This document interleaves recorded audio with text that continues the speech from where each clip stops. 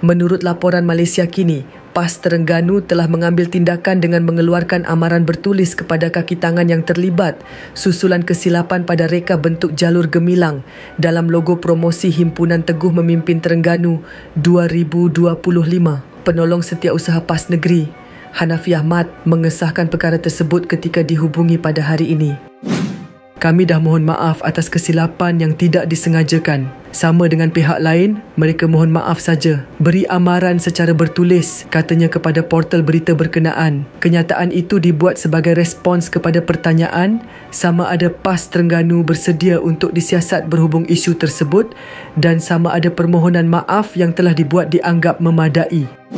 Sebelum ini, kontroversi tercetus apabila poster rasmi HTMT 1% yang bakal berlangsung di Kemaman pada 29 hingga 31 Mei memaparkan logo yang menimbulkan kekeliruan. Reka bentuk itu menunjukkan jalur gemilang di sebelah kiri, logo PAS di tengah dan bendera Terengganu di sebelah kanan. Namun jalur gemilang dalam logo berkenaan hanya mengandungi bintang kuning 11 pucu serta 12 jalur merah putih, tidak selaras dengan versi rasmi yang mempunyai 14 bucu dan 14 jalur melambangkan kesatuan 13 negeri dan wilayah persekutuan.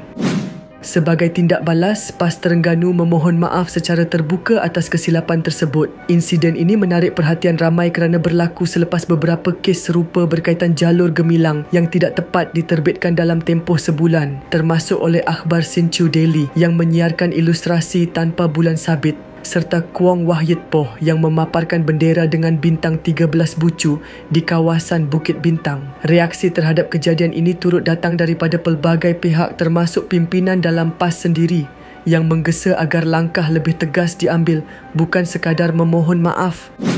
Dalam perkembangan berkaitan, Hanafiah yang juga merupakan ahli Dewan Undangan Negeri Cukai menyatakan keyakinannya bahawa isu ini tidak akan menjejaskan sambutan terhadap HTMT 1%.